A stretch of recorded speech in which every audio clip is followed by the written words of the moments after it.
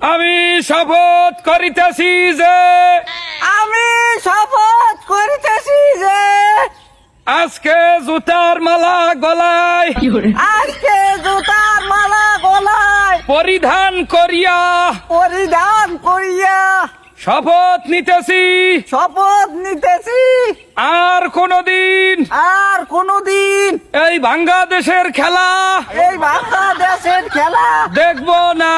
দেখবো না। যদি আর কোনদিন বাংলাদেশের খেলা দেখি যদি আর কোনোদিন বাংলাদেশের খেলা দেখি হেলে কুত্তা শুয়ারের বাচ্চা। তাহলে কোথায় শুয়ারের বাচ্চা। যদি আর কোনদিন যদি আর কোনোদিন নীলেজের মতো আগো খেলা দেখতে যাই ভিলেজের মতো আগো খেলা দেখতে যাই হেলে সবিকের মুখে সবিককে কচু দেয় 10 পিস। তাহলে ভাই কি দেখি কর না কি ওই শামসুল হাসান আপনের মহে শামসুল হাসান আপন কচু দেয় 10 ফিট। ভাই কচু দেয় 10 ফিট। আর যদি কোনদিন ওই নীলেজের যাতে গো খেলা দেখতে যাই আর যদি কোনোদিন নীলেজে যাতে গো খেলা দেখতে যাই হেলে নিজে গো গালে নিজেরা জোতাই দিয়ে ফিডাই। তাহলে নিজকে কালে বলি ভাই জোতাইতে পিজে জোতাই দিয়ে তো আমি ফিডাম কা আপনি পিজে।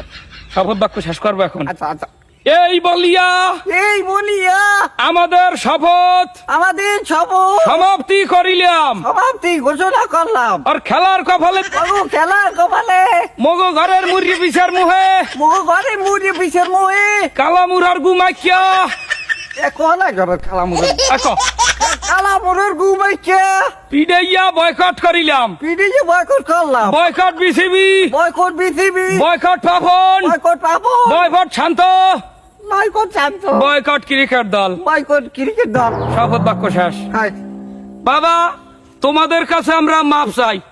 বাংলাদেশ ক্রিকেট দল তোমাদের কাছে আমরা ক্ষমা চাই। দর্শকের কাছে ক্ষমা প্রার্থী যে আমরা একজন বাঙালি হইয়া জোতার মালা গলায় পরিধান করলাম। এ ব্যাপারে কেউ রাগাইবেন না। আমরা আমাদের দেশকে অপমান করি নাই। আমরা একজন জাতি হিসাবে আমরা ক্রিকেট ভক্ত হিসাবে নিজেদেরকে ক্রিকেট থেকে সরাইয়ে নিলাম। এই নিজেদেরকে অপমান করিয়া আমরা যে কি পরিমাণ নির্লজ্জ কি পরিমাণ বেহায়া সেই এর শাস্তি দিয়ে আমরা চলিয়ে গেলাম।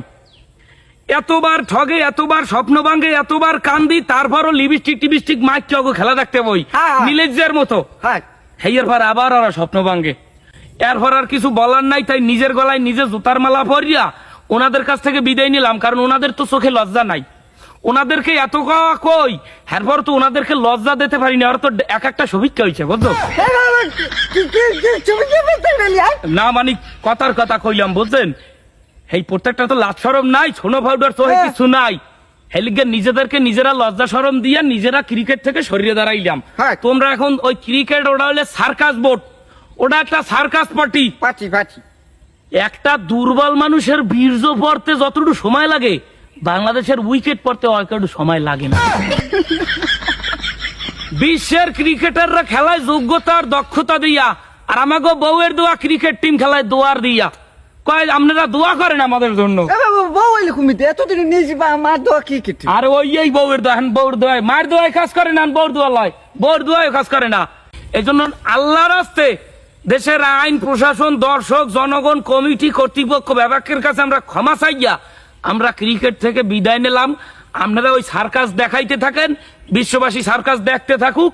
আর দেখতে চাই না বাজান মাফ করিয়ে দেন ক্ষমা করিয়ে দেন দয়া করিয়ে। আর আমাদের পিছনে আমাদের হৃদয়ের মধ্যে রক্তক্ষরণ করাইয়েন না বুঝছেন। তাদেরকে যদি এক এক পুরোটা গাঁজা খাওয়াইয়ে নামানো হইতো তাই ভালো খেলতো মনে হয়। কথা এটা সত্য।